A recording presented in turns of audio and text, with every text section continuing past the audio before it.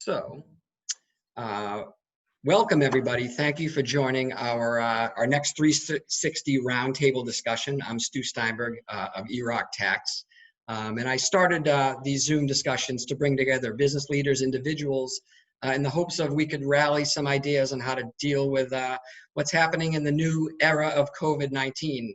We know it's not going away; it's here, and how would we all react as individuals and business owners? We've had various just great discussions and great dialogue, and I'm just really excited to bring this group of amazing leaders together. We have with us Libby Delana, creative director extraordinaire, co-founder of Mechanica, and has just done so many amazing things as a woman entrepreneurial leader. We have Stratton Lloyd, VP of Community Leadership at Essex County Community Foundation, doing great work in Massachusetts for the citizens. And as well, we have Christine Steinberg, CEO with Kismet Consulting, a leadership development firm. And of course, myself, a leader leading small businesses for 30 years, helping them with the very difficult task of looking at money and how that makes them feel. So we have a great panel here. And, you know, I encourage Zoom these panels to ask questions. I'm opening the chat. I will put our bios on the chat so you can click on our bios and see where we come from. And the one thing that comes to mind, you know, right now, like what a time to be a leader. This is really unbelievable, almost unprecedented. And just the one thing that comes to mind for me is just that the entrepreneurial spirit in America is just alive and well. And what so many business owners, I know some are having such a hard time, and there's just seeing the creative will to pivot and make moves that are just carrying their business through these really tough times. I just love to see that in so many of my clients and friends and just people all around town, and everywhere you go, you're seeing people trying to survive. So that's what really gets me is what leaders are doing in this time.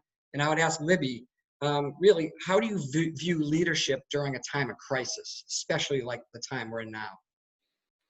Yeah, it's a great question. I'm not sure there's a single answer. And by the way, I'm not in a tent in my backyard, although it kind of looks that way. So what does leadership look like in a time of crisis? I think many of the attributes that are required during non-pandemic or crisis times are still applicable here. You know, the ability to adapt, the ability to listen, over communicate. Those are all key elements, I think, in terms of good communication and good leadership.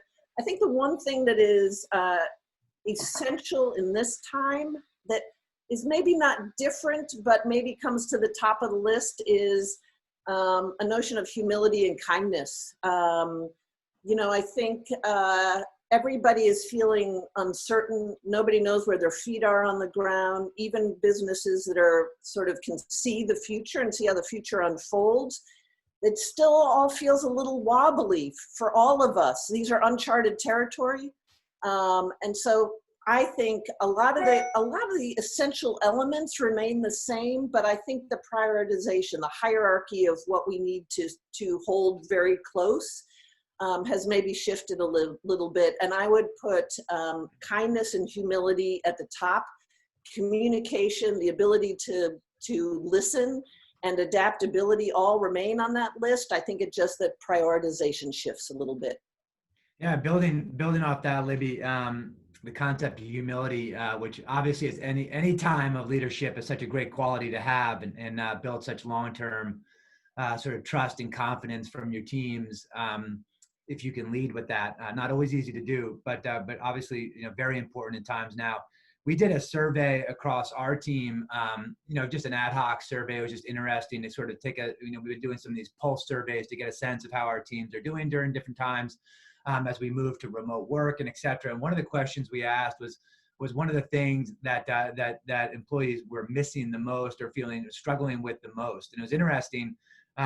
You know, it wasn't necessarily just the ability to be effective at work or dealing with childcare or dealing with elderly or anxiety of the virus and the future and things like that. The number one thing that people came back with was this sort of lack of connectedness in their work and to the teams and what they're doing. And so I think the humility is related to that, right? So I think it's the ability to ask questions, to dig in, and to realize that people are seeking this greater sense of connectedness during this time of overwhelming anxiety and most likely chaos and crisis in any job that you have or any work that you're doing, and trying to find ways to build and expand on that connectedness. And I think that sort of the digital medium like Zoom and et cetera is efficient in a lot of ways. But you finish the meeting, you click leave, and you leave, and you're back in your little space wherever you were, right? You don't get those coffee conversations, you don't get those hallway conversations, you don't have that walking out of the meeting and saying, "Hey, Stu, how are you doing?" And how's your children, and how's your father, and how's everything else going?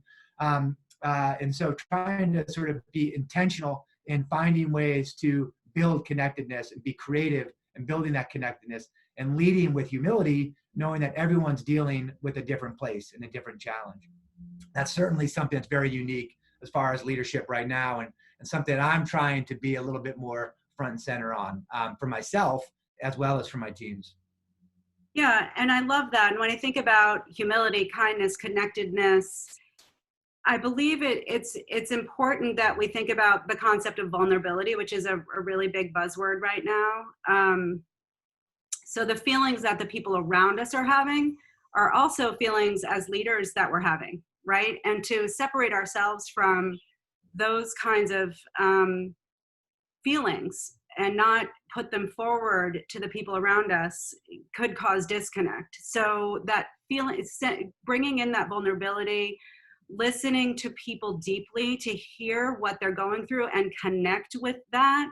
So even over Zoom, that can happen. And I think I love the idea of listening, because to Stratton's point, it's so hard to see the different things that are going on with people's body language or their affect, even through Zoom. While Zoom is a great screen and we can see certain things, we can't see everything. It's easy to hide on Zoom. So it's important to think about our vulnerability, how we can pick that up in others, and really listen. And one of the things that I think helps us to come into our vulnerable place is to be present.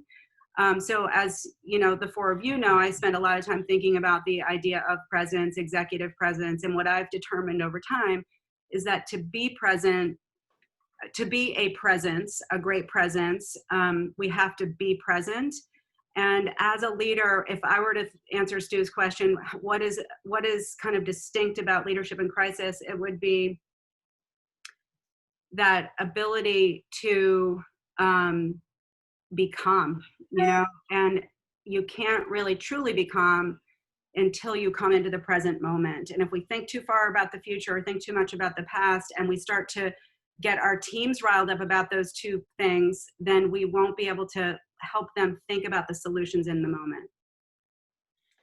Yeah, I mean, go ahead, Stu. What I was just going to say is, so this is how people want to be led. This is how we assume that people want to be led during this time.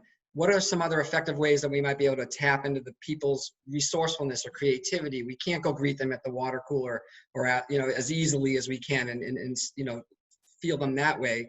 So what other ways can we tap into that creativity besides like a Zoom, which is great, but it only goes so far? Well, one of the things that I'll lead with and just say that I think is important for leadership all the time, but in a time of crisis, organizations and teams and individuals are dealing with so many things reactively. You may be dealing with sort of redoing your budgets and reforecasting and thinking about finances. You may be developing new programs or services and adapting to a digital medium or other mediums or e-commerce or et cetera.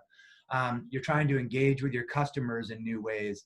You're doing hundreds and hundreds of things that are completely reactive and crisis activated. And it's overwhelming. And you have to do these things. And during the first phase of any crisis, that obviously there's an urgency and a bias for action that has to be taken around those set of activities to just sort of plug the dike and make sure that the ship is it can be stable. However, as a leader, you need to find the space to step back and say, where are we going? What is our strategy? What is our plan? maybe you had a plan before and maybe that plan's long gone, or maybe you need to modify or adapt that plan. But one of the things that I find is that you need to carve out the time and space to just breathe and to think and to step back and say, where is this going? Where are we going to be in 6 months, 9 months, 12 months? And then how can you communicate that vision to your team to give them a sense of hope? And I think by giving them a sense of hope and direction, it brings meaning to the chaos that they're living and working every single day, both in their work and in their personal life, right? And that inspires and creates the opportunity to be creative, and to be, and start thinking, okay, if that's where we're going, now I can not only do my 18 little tasks I have to do today to keep us from sinking, but I can also be thinking about how that moves us in that direction, or what are other ideas that I can be thinking about now that I have a compass that I can be moving towards and thinking about. And I'll finish with one comment, which is really interesting. We, as a community foundation, we work with the 34 towns and cities in northeastern Massachusetts. So from Lynn all the way up to Lawrence, from Salisbury to Swampscott and Marblehead, and everything in between. And it's about 1 million people. And, we are doing all things crisis all the time across all of the different areas of challenge, from homelessness to hunger to health and wellness to small business, et cetera, across the county right now. And it's a lot. It's very, very challenging. But one of the things we did was we pulled together 80 of the top leaders across the county. So this is mayors, state reps, some key people for Senator Markey and Moulton and Trahan, Congresswoman Trahan, and as well as sort of executive directors from a lot of the top nonprofits, business executives from a lot of the top employers. And we created a space, a sort of a 2-hour space, which we call the Think Lab, which was around creating that space for them through Zoom. We could pull them all together, and through a sort of a methodology, sort of a design thinking methodology, to get people to think broadly and ask them the question, where are we going to be in 12 months? And how do we come out of this stronger? And how do we get moving now? And it was amazing to get all of those people in one activity and generating over 700 ideas that we're now synthesizing. They're going to help sort of target and prioritize some of our work over the next 3, 6, 9 months. It's amazing, I feel, that how empowering it is even to those individuals to have that time and space to have that thought. So, one thing that I would say to all leaders is make sure you're finding that space, and then make sure you're communicating that to your teams and bringing them into that process and starting to sort of inspire their creativity through that work. Yeah, I would just dovetail with that. I think that's exactly right. And the way I guess I would frame that is, I think you need to create that space to be able to identify the difference between what is urgent and what is important. And that's not to say that that is in conflict, but you need to carve out the space to really make sure that you are looking for those areas of hope and those areas of the future. And that could be argued is what's important. I mean, obviously it is very important to deal with the urgency of any, issue that's right in front of you.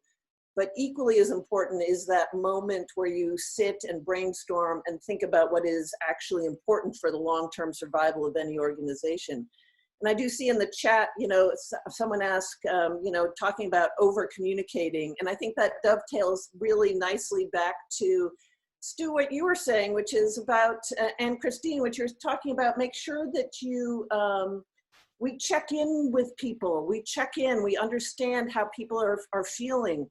Business is about people, right? Business issues are people issues. So when I talk about over communicating, what I mean is, let's make sure, in terms of that notion of kindness, let's make sure that the people that we are in work with, that we are making sure that everybody is cared for. And so for me, that notion of important and urgency is a critical thing to be able to identify and to pull apart.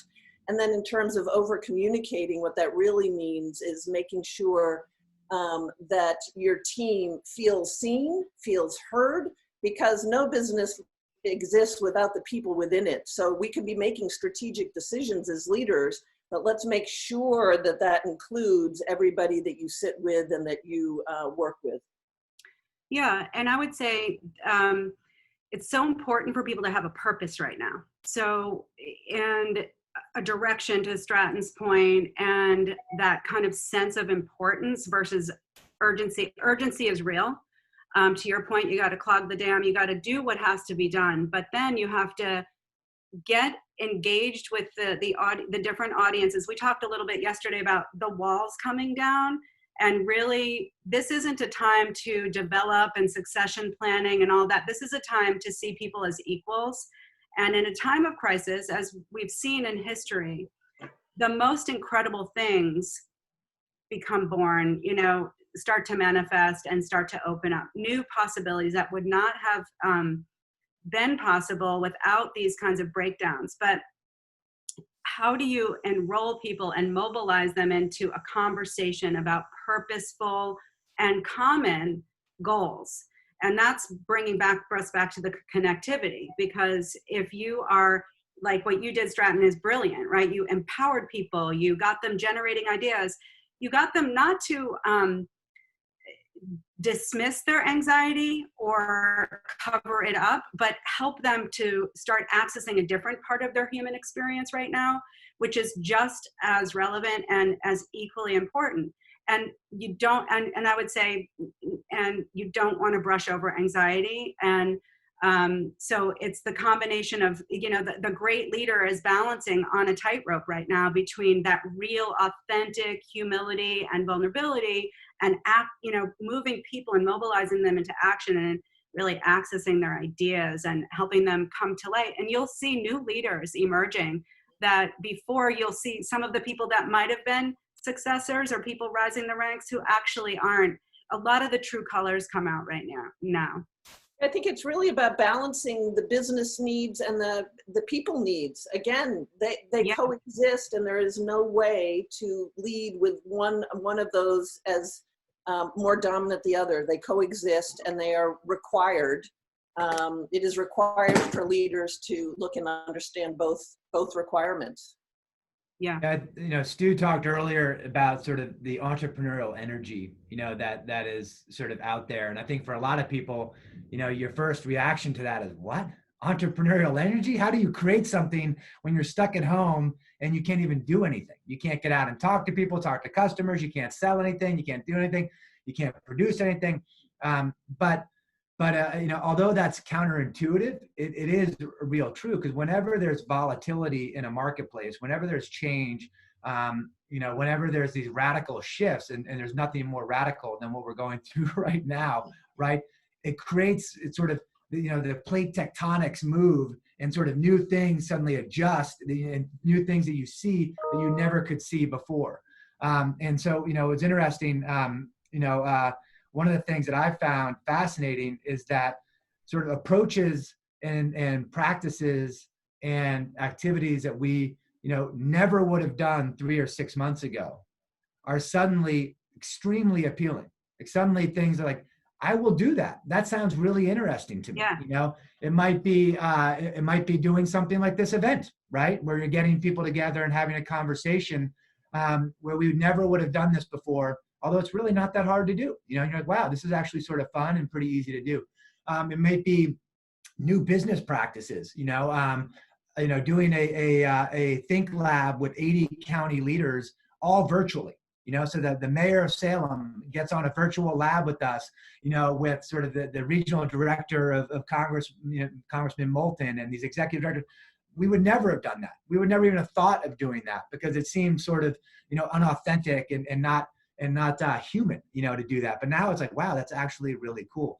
And then in everybody's business, there's new opportunities and practices that are being created that you never would have seen before, that are now actually really quite viable and really quite attractive. And then also there's a lot of practices that we all have, lived in our life as well as in our organizations. And whether you're a company of 5,000 people or a company of 10 people, you have a set of practices that you've inherited over time that aren't necessarily best practices. They aren't necessarily the most effective ways. They're just the way you've done it always. And in the past, if you had said, hey, why do we do our order management system that way? People would have been like, oh my God, don't bother asking about that. Or why do we engage customers that way? Or do we ever think about changing this product? Or do we ever think about this business line? Things that you would never have done before because they were just how you did it are suddenly thrown up in the air, and you can now reinvent and have the courage to rethink things that you would never have done before. And so I think that's the entrepreneurial spirit. It doesn't necessarily mean a brand new business or a brand new product. And maybe even just how you look at your organization, your operation, your business, how you engage with your customers or your employees or your suppliers in different ways you never even thought before. And in that creates a ton of opportunity.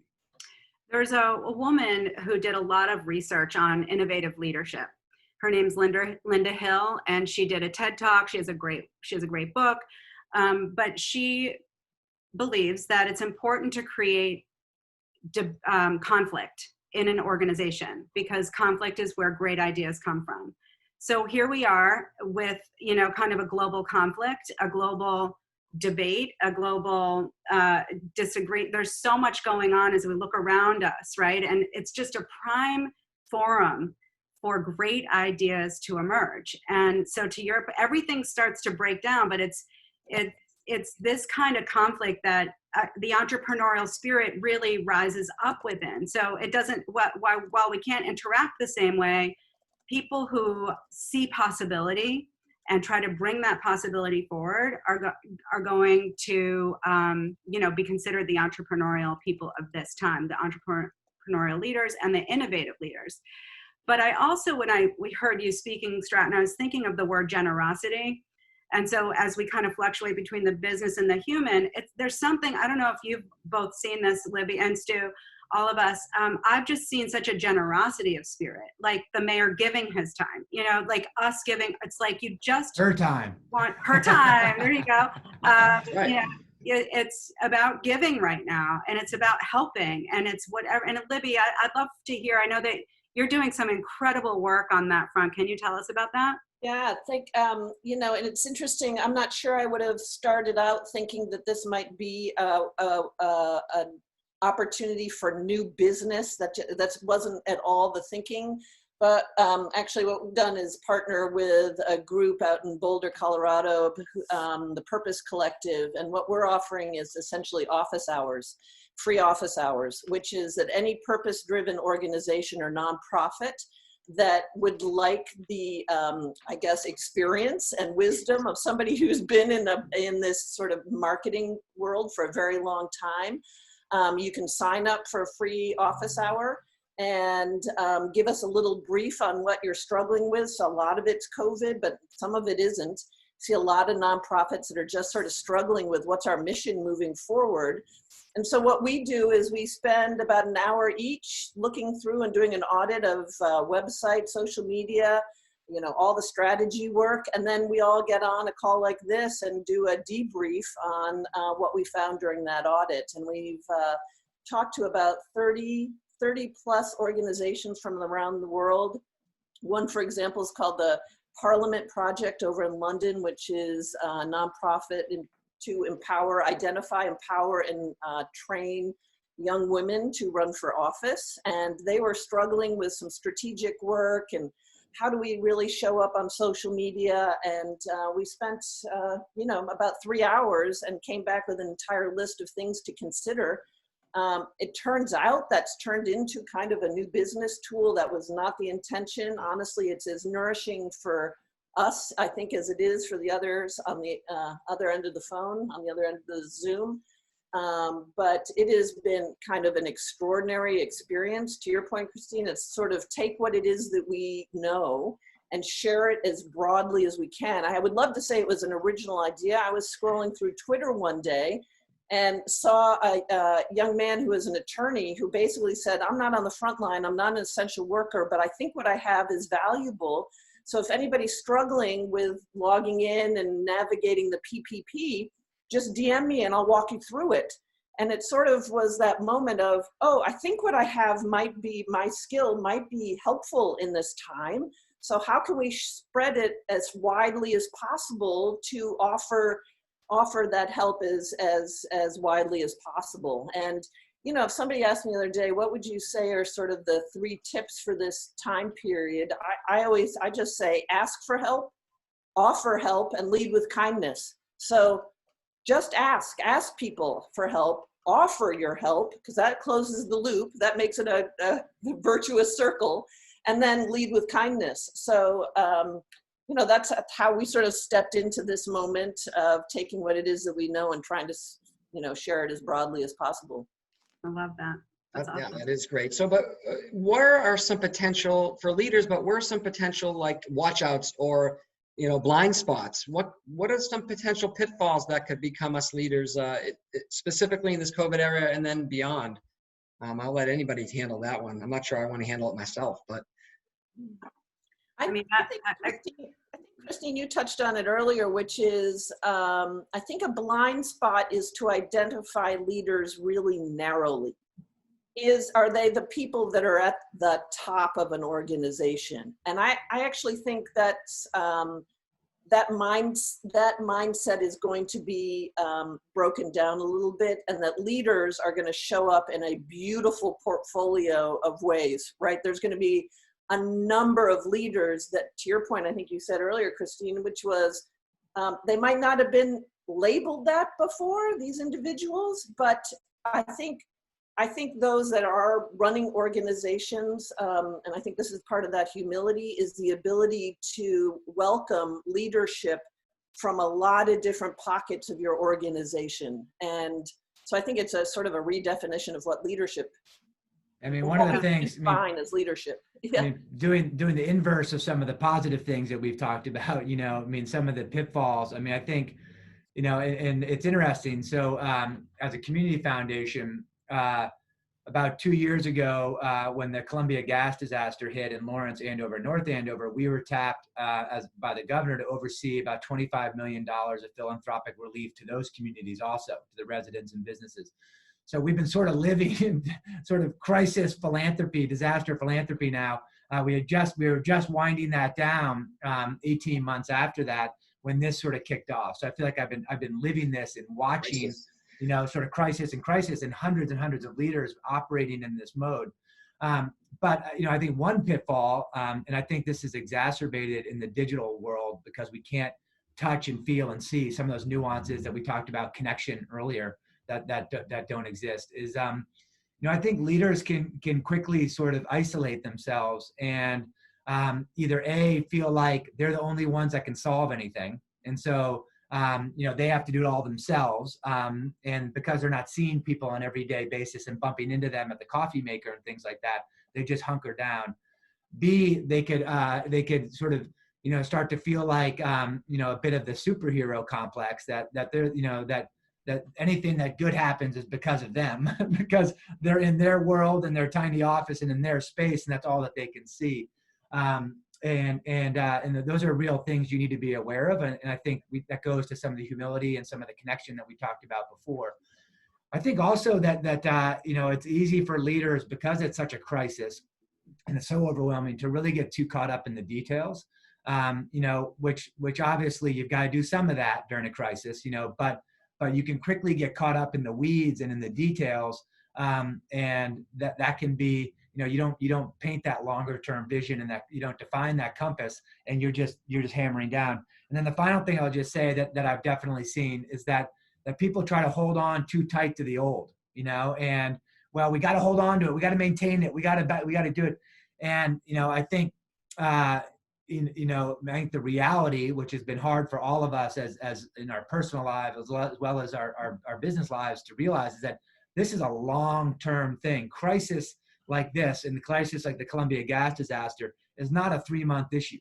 It's not like, all right, we're going to hunker down and in 3 months we'll come back and we'll be back to where we were. This is transformative. It's never going to be the way it was before. And your operation, your organization, your engagement with your employees, how people work, how your kids go to school. It's never going to be the same the way it was. And so you can't try to hold on too tight, and you got to realize that this is going to be around for 12 or 18 months. So you've got to really sort of change your lens on how you're going to navigate this going forward. Yeah. All amazing watch outs. And, just to add on to that, I would say the way you operate now is going to define you. So, it is, the blind spot is, again, back to being present so that you can choose how you want to show up and really define that for yourself. Because you need to put some principles as a leader. You need to put some principles and operating principles and in value principles, things that you need to guide you in moments where you yourself are feeling challenged. And it doesn't mean that, again, you can't be vulnerable, because I think that's a really big blind spot as well, to not say, look, I'm having a really hard day, or I am triggered, or, you know, I'm super stressed. That's okay. But how do you ultimately want to be defining yourself for when we come out of this 12 to 18 months from now and things do start to become more about being developing yourself or becoming this? This is a time to say, who am I? How do I want to show up? And I think really it's the veil is dropped. So if you're trying to put on any kind of show, if you're trying to be someone, or you're not being real, people are going to see that right through that. So think about that, because it's everything is just out in the open, and authenticity is key. And being authentic doesn't mean, you know, speaking every single thing that's on your mind. It means knowing that how you show up is going to impact others, and having a lot of self-awareness around that. Christine, it's interesting because I think that is one of the fundamental changes that's going to occur during this time, that I don't think, I think there are businesses for whom that is one of the most profound shifts, right? And showing up authentically, being present. Have you seen organization? Can you articulate what that transformation sort of looks like? Because I think there are a lot of companies, small businesses for whom that will be one of the most profound shifts and changes.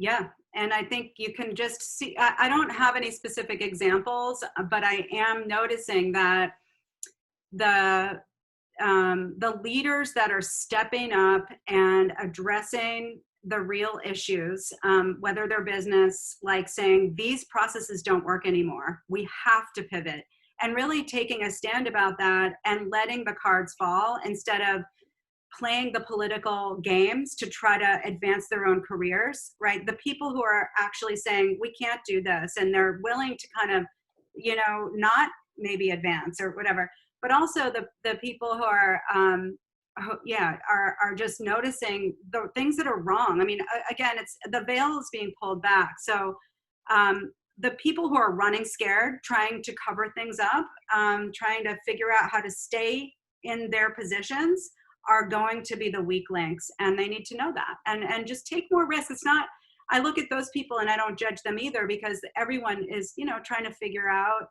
how to play a different game. And they're scared, and they're trying to use the same old tactics to keep themselves secure. So try to be courageous in those moments instead of, you know, just doing the same old thing. And people respond to that authenticity.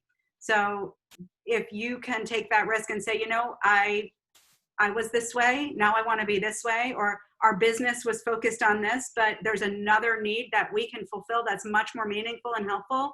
You know, just be fluid, because the people that are being rigid right now, or the organizations that are being rigid, are actually are going to be weak, and you'll see them dissolve. I would almost like to see a rebrand of the word failure. Like because failure is essential for moving forward. And I think in terms of leadership is that sort of notion of beta testing things, right? Like right now we're trying things, and as a leader to be vulnerable and to say, I'm not really quite sure, but let's try this out. Let's collect a team together and move forward.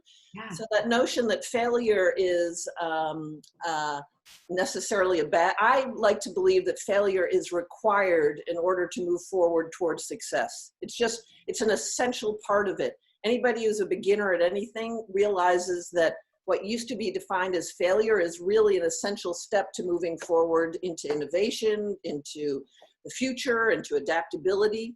So I feel like leaders being able to embrace and hold this notion of failure as an essential component in moving forward. It's a prime time, right? Because no one knows what the future holds. So being able to experiment and let some things work and not work, there's such a low risk there, you know, for all the things, beta test them, right? Yeah. Well, it's interesting in that Think Lab that we did. with the 80 county leaders that we pulled together, we asked sort of, 5 questions, but 3 primary questions. One, what are you seeing today? And we captured that data. Then we asked them, what do you see for the future? What are the big ideas and the possibilities and the opportunities? And then we said, we ranked some of those top opportunities in each of the small groups. And then we asked, what are some experiments? How do you get moving? How do you get started? And they sort of forced them to start thinking about how do you break that up into a smaller piece. And so I think for me that the term failure is all about sort of agility and about sort of speed. And so it's combining a couple of different things that we talked about, the entrepreneurial piece, is part of that also. But it's the agility to say, how do I break that up into a small item enough where I can get enough learning out of this at a low enough risk that I can iterate quickly, and sort of learn fast and fail fast and move forward. And if it's a bad idea, you get rid of it and move on. And I think that's a difficult thing for a lot of leaders, particularly if you've been in an organization for a long time and you've got a couple of really big products, or you got a couple of big product lines or services that you do, to sort of say, all right, how do I do something small and quick so that I can fail? And I think for a lot of people, they say, well, I don't want to do something small. I want to do something big. I want to do something really big. Like, I don't want to just sort of, when Stu was putting this sort of concept together, he could have said, all right, I'm going to try one of these. And if it works, great, I'll do more. If it doesn't work, then I'll move on to something else. So the cost is super low. The barrier to enter to do that is super low. And then you quickly learn how to sort of evolve and change and do more of this. But it's a mindset to say, how do I design a product or a service that is small enough that I can learn, and I can be agile enough to sort of set it up, operate it, do it, and then I'm okay with failure because I know no matter what I'm learning, and so failure is learning, right? But you have to have that agile mindset and that agile sort of creativity, meaning that you can design something that's good enough and that you can learn from. And that's a challenge for a lot of people, particularly if you have a board of directors, or if you have an advisory group, or if you have, managers above you, they may say, well, how does that help this? How does that help move this forward? We have this big product line. That's our main business. If you're not helping our main business, then don't help us, and so you have to sort of be creative to sort of design those solutions that enable you to do that and to sort of, fail fast. But it speaks to leadership too, Stratton, because you have to, if the leader is willing to take those risks, if the leader can, inspire people, not just the people below them, but their peers as well as the people above them, to go with that kind of agile, call it growth mindset, call it creativity. But it's all, I think the theme here is that if we are rigid during a time of crisis where things are changing around us every single second, then we'll break. So how can you become less rigid during this time and see the possibility? So yeah, I know that we're coming up on time. I know we want to ask some questions, but Stu, are there any other questions that you wanted to ask us? That was one of them right there. How do we, I know my family, everybody, we're sort of getting tired of the last few months, the whole routine and not staying in, but just being vigilant. And how do we create the endurance mentality in us as leaders? How do we be able to stay sharp and be able to endure? I know we've been talking about it, but is there anything else that we want to hit there? And I know, Christine, you touched earlier, and I have to realize when I'm stressed and anxious myself, but I certainly see clients, when they could come into the office, front to front, but I see even the most confident people being anxious and stressed about their money all day long, all the time. You'd be surprised, actually. So is there a difference between stress and anxiety? How might that hold back leaders, and how can they use that to their benefit so they're not maybe treating their people with the wrong respect, so to speak, if they're stressed out? Is that something we can touch on pretty quickly here now, or is that too long? Yeah, and I'm doing a quick thing on endurance and then stress and anxiety, and then I'd love to hear from Libby and Stratton. Stratton, especially you being an athlete, I think you could bring some real insight into this whole endurance thing. But someone put out a really interesting concept a few weeks ago that I've been running with. I just think it's a really interesting way to think of what we've been going through. So when this all happened, right, we were blindsided. It came so fast. We didn't know what had hit us. So we were in this crisis mode. So step one of this crisis is survival, right? Go get your toilet paper, get your food, figure out how you're going to get your family safe, get them out of school, figure out how you're going to homeschool, how you're going to do business, how you're going to work, get on Zoom, all that stuff. Survival mode, fight or flight. We got to hunker down. That was phase one. And we go in and out of that. We might go back into something more intense in the fall. We don't know. But right now, we've moved into phase two. We're in some weird normal, right? And it's called, we call it this person that put this forward they called it the endurance phase.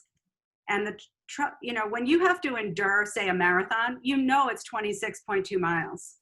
The problem with this particular endurance phase is we don't know when it's going to end. We hope it's going to end in 18 months. We hope it's going to end earlier. We hope there's going to be, pockets of hope, all that, but we don't know. And so we have to go into something where it's like, okay, so this is our reality. It is about being present. It's about figuring out solutions for the current without losing sight of possibility for the future. It's about, staying fit, staying healthy, all the things, the mental and the physical well-being. So this is where the fittest of the fittest will survive. And you have to think about that on all different levels of your life and your career and your families, all that. And then eventually we will be able to say, we know for sure that one day we'll be able to wake up and say, we will be able to reflect. That will be the reflection phase. And we'll say, wow, look at what we've all been through. Look at the transformation that happened. Wow. And hopefully it will be a great transformation and a positive one. So it's fight or flight, survival of the fittest, and then kind of wisdom and reflection. And when you're in the fight or flight and the survival mode, and then, fittest of the fittest, there's a ton of stress that happens. So stress is something that we actually need. Stress is how we adapt and how we evolve as human beings. So it's that's just when our environments change or expectations change or new things come into our life, could be even positive things, we start to stress out. The problem with this moment is that there's too many things happening at once. Our finances, our families, our careers, our health, our futures, all that stuff is happening at once. And so that's stress overload and that's overwhelm. And you have to get a hold of that in order to stay in control of your life. And so one of the things I've been doing with my clients and with teams is having them write down, what are the 5 things that are stressing you out the most? What are the 5 things that related to those what feelings are those stressors having? What do those stressors make you feel? And then how do those feelings make you behave? So the stressor, the feeling behind it, and then the behavior that's showing up as a result. And when you can see those 3 things, you can make some choices about how you want to show up. Anxiety is a bit more existential. It's kind of an overwhelming, it's hard to define. Stress is a little more defined. Anxiety is, this feeling like something really bad is going to happen and I don't know how to get into control about it. And that's where, doing practices like breathing, meditation, yoga, all of the stuff we know, whether it's exercise or running, to calm down so that you can have mind over matter with that anxiety. And there's some great stuff that Brene Brown has put out recently on anxiety that I would strongly recommend, a podcast that she recently did on that if you want to learn more. But Stratton, anything to add on endurance? Well, I mean, your answer is so sophisticated, Christine. I don't want to follow that answer, but obviously the question of endurance. I mean, being an endurance glutton, I love that question. So that's a nice lob to me, and I'll answer it more specific to the question. And I know that on the attendee list, we've got a lot of great endurance athletes on there. I see Megan and Nancy and others. So Kurt, they probably have better answers than me on this. But one of the things as an endurance athlete that is that the actual race is that's just a very, very small part of the activity, right? All of the preparation, all of the work that goes into it is everything to get you to that starting line, to get you to complete that race and meet your goals and expectations of what they are. And it's funny, I feel like, you know, when I talk to people that are interested in doing a triathlon or a marathon or whatever type race that you're thinking about doing, the concept of doing the actual event is so overwhelming. You're like, I'm going to go run 26 miles tomorrow? No way. I'm going to go do a triathlon. I can't even swim, you know? And so a lot of people just don't do it. They stop, they get frozen, they get overwhelmed, and they stop. And a lot of the activities that you talk there are sort of key to sort of overcoming that. But what you end up doing, if you want to do it effectively, is you just sort of, you set a plan, right? You set a goal. This is what I want to accomplish. And it may be in 6 months, 9 months, 12 months, back to that strategic planning concept. And then you say, well, okay, what do I need to get there? What do I need to do for my training, for my sleep, for my nutrition, for my recovery? What do I need to do for, you know, and same thing for your business or whatever it might be. What do I need to do for my customers, my marketing, my sales, my operations? And how do I break those different pieces up into something that you can do over a long period of time? And then you just sort of have smaller milestones along the way that make it very doable. And you're not going to run 26 miles the first day. Maybe you run 1.5 miles, you know, maybe you run 2 miles.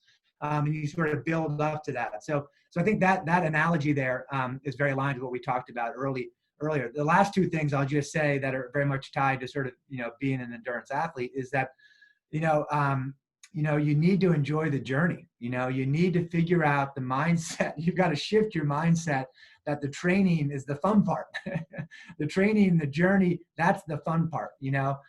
Just like getting through this mess over the next 6, 9, 12 months, that's the fun part. You know, you've got to figure out how to shift that mind. I know it's not easy for people that are really struggling in the myriad of ways that you might be, whether it's financial, whether it's your business, whether it's personal, whether it's health. This is hard to get that mindset. But if you can find that space and develop that mindset, you can enjoy the journey, you know. And for me, when I do endurance stuff, I enjoy the journey. The training for me, that's as much fun as the event. In fact, it's probably more fun than the event. So developing that mindset is critical. And then the third thing I'll just say, which is a little bit more funny, but you know, when you're feeling the anxiety and stress and pain in a race, you know, the one thing I always remember to do, and what I tell everyone to do, is to smile.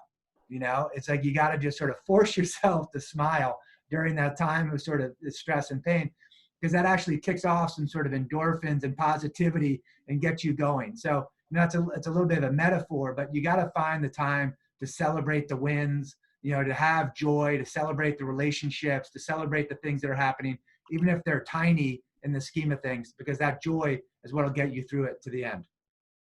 Nice. Anything else in the brand world as far as that goes, Libby, or is Oh, well, I concur with all that. I think there's a beautiful Anne Lamott book, which is titled Bird by Bird, which she's a beautiful writer. And she was talking about how at one point her brother had to do a report in school about something like, I'm making this bit up, but like all the birds in North America. And it was a year-long project. And her brother got really, really overwhelmed. Like, how am I ever going to do this report on all the birds in North America? And the response, I think maybe from a parent, was basically you go bird by bird.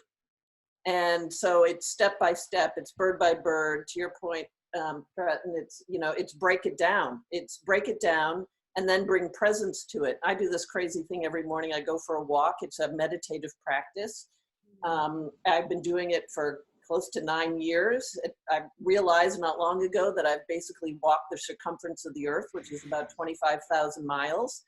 And that was just bird by bird. It was step by step. And I enjoyed every damn step along the way. And so endurance, in a way, is about the micro. It seems funny because you're going to be doing it for a long time, but it's finding a place in that moment, in that presence that is tolerable, enjoyable, fun, that brings a smile to your face. And guess what? 8, 9 years later, you've walked the circumference of the earth, or you've run 26 miles, or you've written a report on all the birds in North America. I think it's break it down and to your point, smile and bring attention to that. I mean, the beauty of that moment. Christine, there was a question there real quickly. Do you have a particular client who has responded like, without mentioning names, particularly well to this COVID situation, or is that kind of too general to ask that kind of question? I think, there's been a lot actually. I wouldn't mention names for many reasons, but Obviously, yeah. it's the people that are, trying to connect, not just with themselves and with their teams and with their investors and their stakeholders, but actually with their competitors. It's just breaking every single wall down and saying, how can we help each other? So I have quite a few leaders that I'm working with right now who are building those bridges and coming up with really great ideas in the retail space and consumer products. It's like, okay, we're all, hemorrhaging here. How could we align and really help people?